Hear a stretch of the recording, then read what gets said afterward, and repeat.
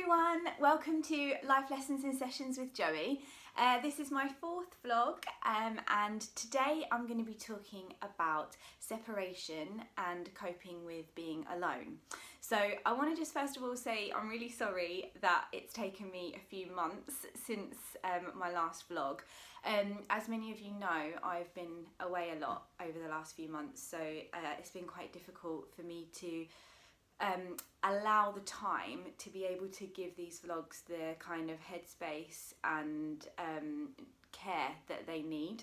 So I've waited until now to do it, but I think in a way it's probably worked out better me doing this one now, because it's the time of year when people are having big changes, whether they're going to uni and moving away from home, or starting a new sixth form or college, and so having a change in friendship circles, or like you might be going travelling, or like me, you know, I'm working away a lot at the moment, and so it's quite a fresh thing for me to be talking about personally as well.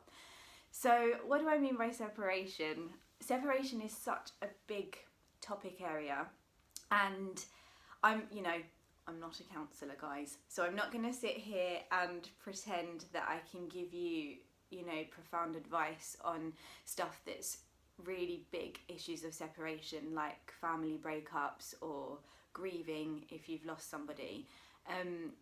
That's not what I'm going to talk about. I'm going to talk about separation in the sense of big life changes, and then you having a change in friendship circles, or you being away from boyfriends or girlfriends or your parents, your brothers, your sisters, things like that we might be finding difficult, and we don't know really how to process those feelings.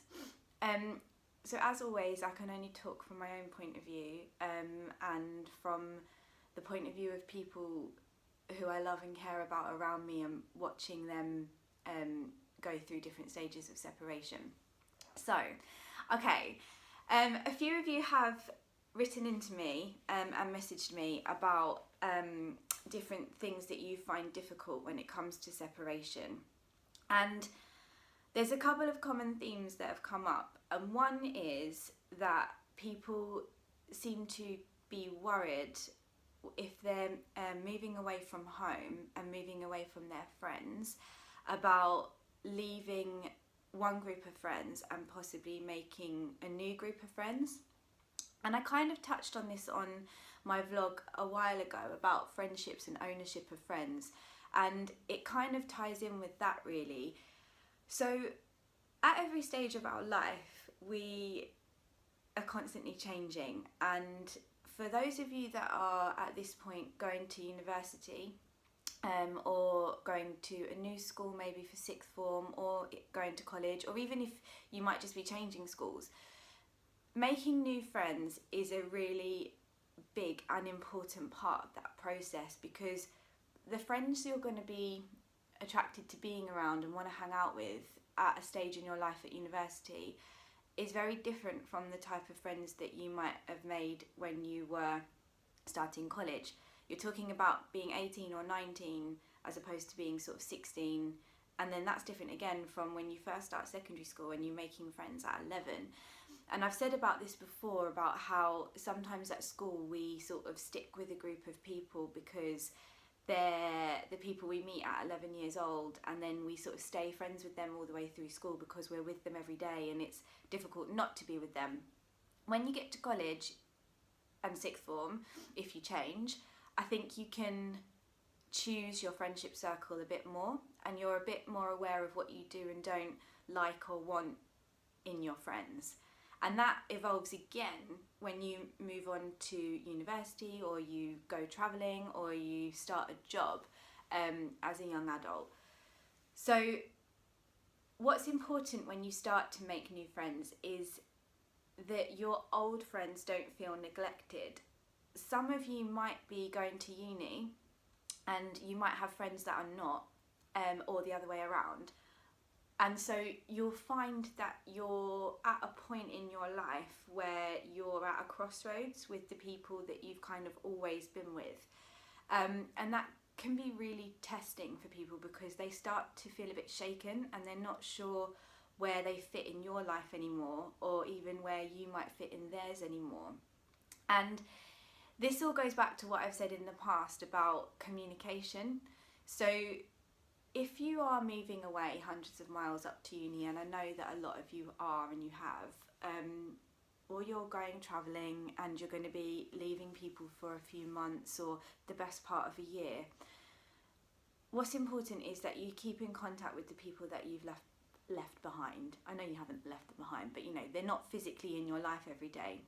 And that can play on people's insecurities a little bit as well, because they start to feel like maybe they're not important to you, because you're like living a different life now. And I've experienced this, when I go away, even at this point in my life as an adult, who's been working away and having a very sort of fluid life for a long time, I still find that I've got very, very dear friends to me who are some of the most important people in my life. But when I'm away, they feel that they can't message me or they can't text me or call me because they just think, oh, she's really busy, I don't want to bother her. She's having so much fun with these new people that she's forgotten all about us. And I haven't, and I'm sure you guys won't either. So but it's important that you realise if your life is the one that's changing, the people whose life isn't may be feeling a bit uncertain about where they fit in your new life. So if those people are still important to you, just drop them a text, still interact with them on social media. If you can FaceTime them, give them a FaceTime when you can. Of course, you can't have the contact with them that you would be having every single day before when you were at school or college or sixth form together, because that's part of growing up as well. You sort of change and become potentially less dependent on each other. So that's one thing I would say, is about maintaining your old friendships and your old relationships as much as maintaining and nurturing your new ones, because all of these people are important to you. And like I've said before, you will go to different people for different things in your life. You can have more than one best friend or close friend, and it's because you might go to different people for different things that you need, different advice, different things you want to do together. And that's, like I said before, that's okay. It's okay for you to have more than one friendship circle. The other thing on the topic of separation is with relationships. And I think this can be equally, if not harder, but in a different way. When we're away and our routine changes, or our life changes, it can be very difficult to maintain your relationship with your boyfriend or your girlfriend, because your timetable might have changed. You might have gotten a new job, so you're having to balance maybe working and paying your way at school or college or uni or whatever now at this point in your life, along with your education, and then your family as well. So there's a lot of different things that you've kind of got to juggle and balance, and it can be tricky.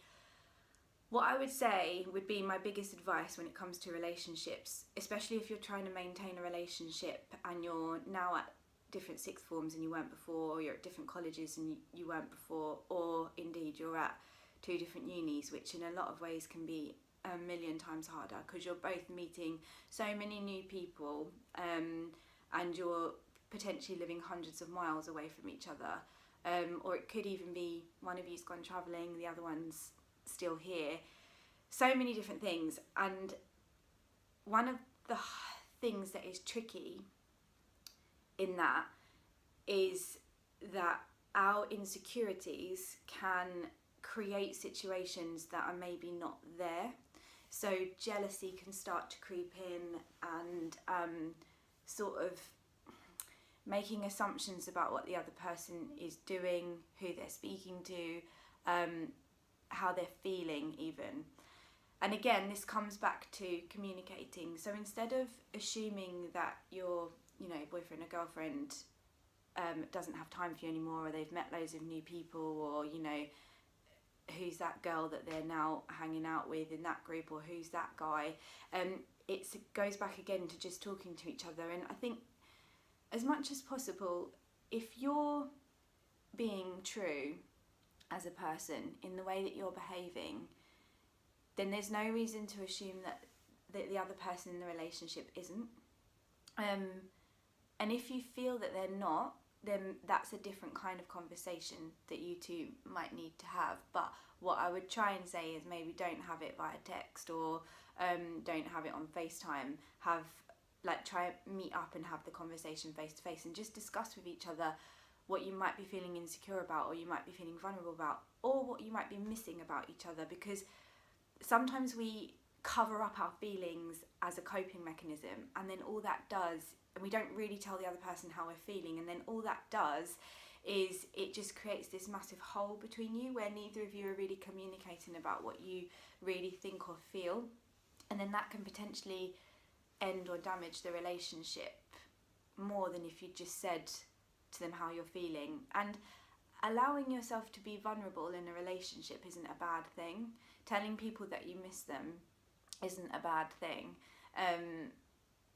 and it's perhaps something that we need to do more sometimes, because it can just be that simple thing of letting someone know that you care about them and that they're important in your life. Another thing on that I find very difficult is just when you do miss somebody, or people. So I'm finding this at the moment, being away from home a lot. There are people in my family and my friends, who I consider my family, who I miss very deeply. And it's hard because you're missing important things in their life, important birthdays, special occasions. And it'll be the same for you guys if you're, away at uni or whatever. You can't always afford to come back every weekend for something that's important to somebody. So you start to feel that you're missing out on things with people. And that's really tricky. And I don't really have a concrete answer to it, but I've been looking at how I cope with that and how a lot of my friends do. And I think one of the important things, and those of you that know me know I say this a lot, but it's about trying to be as present as you can. Like, for example, at the moment, so what are we? It's the 1st of October. If I start thinking now about the fact that I'm going to be away for Christmas, I'm probably going to feel really down about it. So I'm trying not to think ahead to that. That's not to say that I'm ignoring the fact that that's there. I know that it's there. And I know that there's a lot of people that are very dear to me that I'm not going to be able to see this year for Christmas. And that's hard.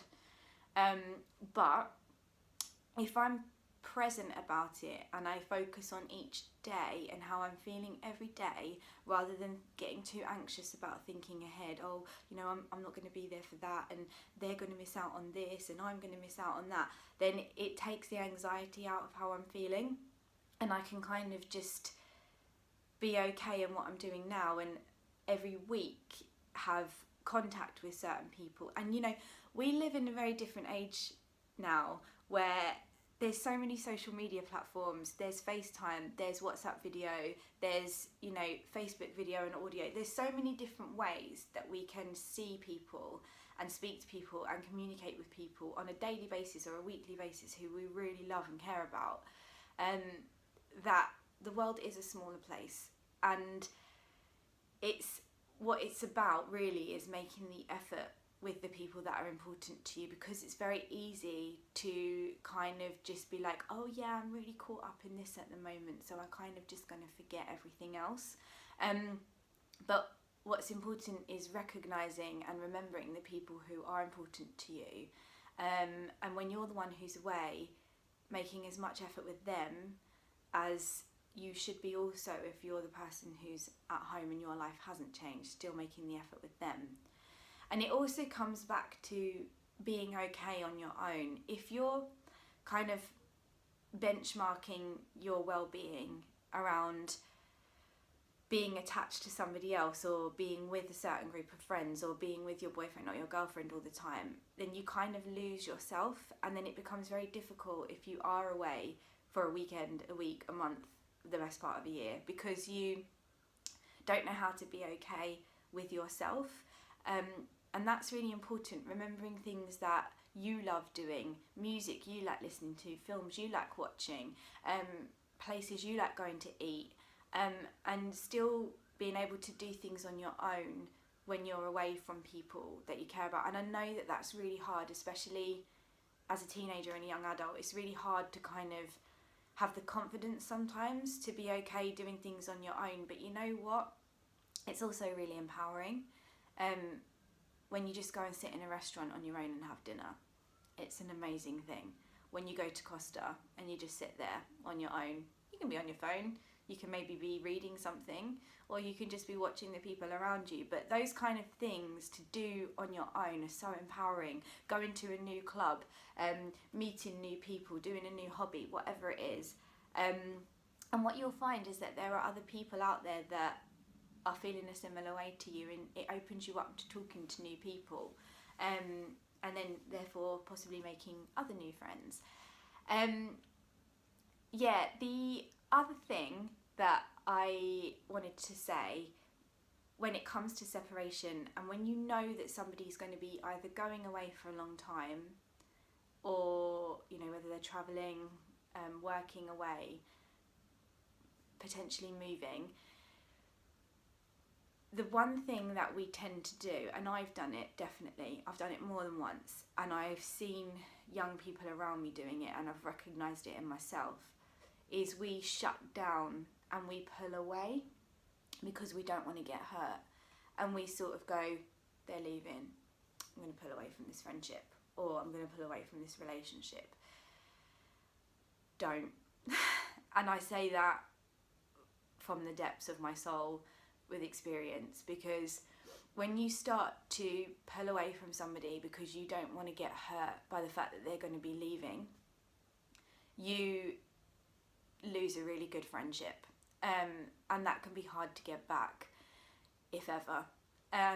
You also are not being true to your real feelings about something, so you might find it a way to cope in that moment, but actually what will happen is months later or a year later, you'll look back and you'll go, oh, God, I just let that go, didn't I? I didn't fight for that. And that's harder to deal with, trust me on that one. So when you know that somebody's leaving, or you're the one leaving, and you feel that the best way to cope with it is to pull away, just stop and check in with yourself and recognise that it's not. The best way to cope with it is to be open, communicate your feelings, let that person know how much they mean to you, and that you're going to support them through this next chapter in their life, and you'll be there. I've got friends in my life who I've been friends with for over 20 years because they've done that for me, and I've done that for them, and they've stood the test of time, and that's an incredible thing to have.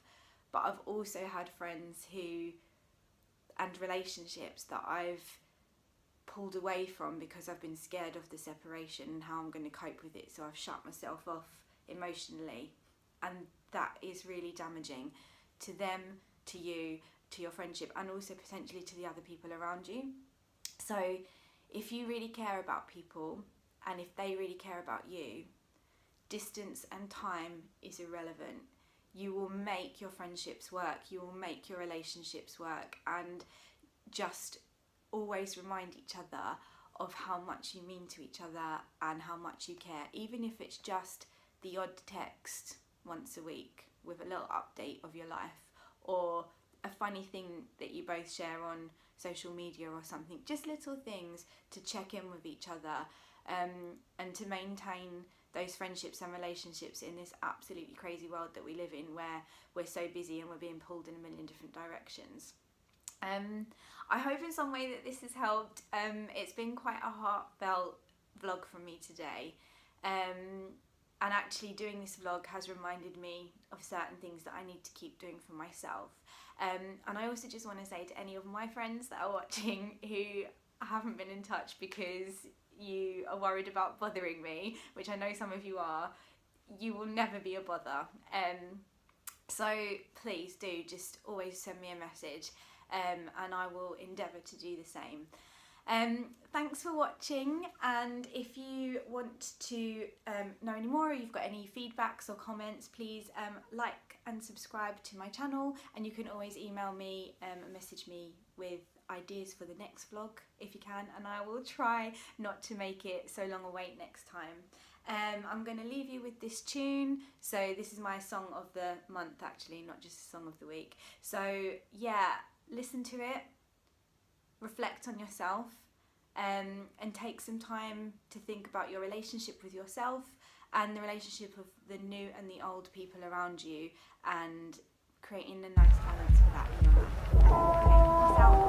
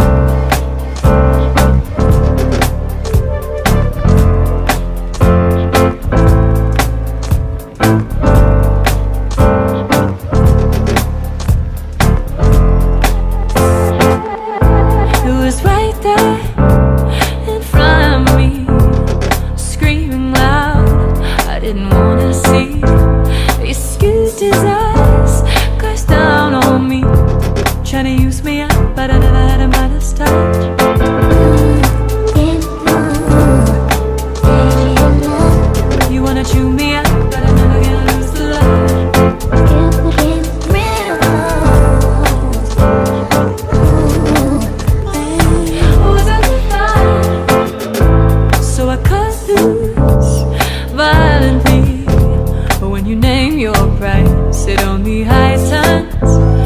I never believed what you sold to me. It's wrong, I know it's wrong, I know it's wrong.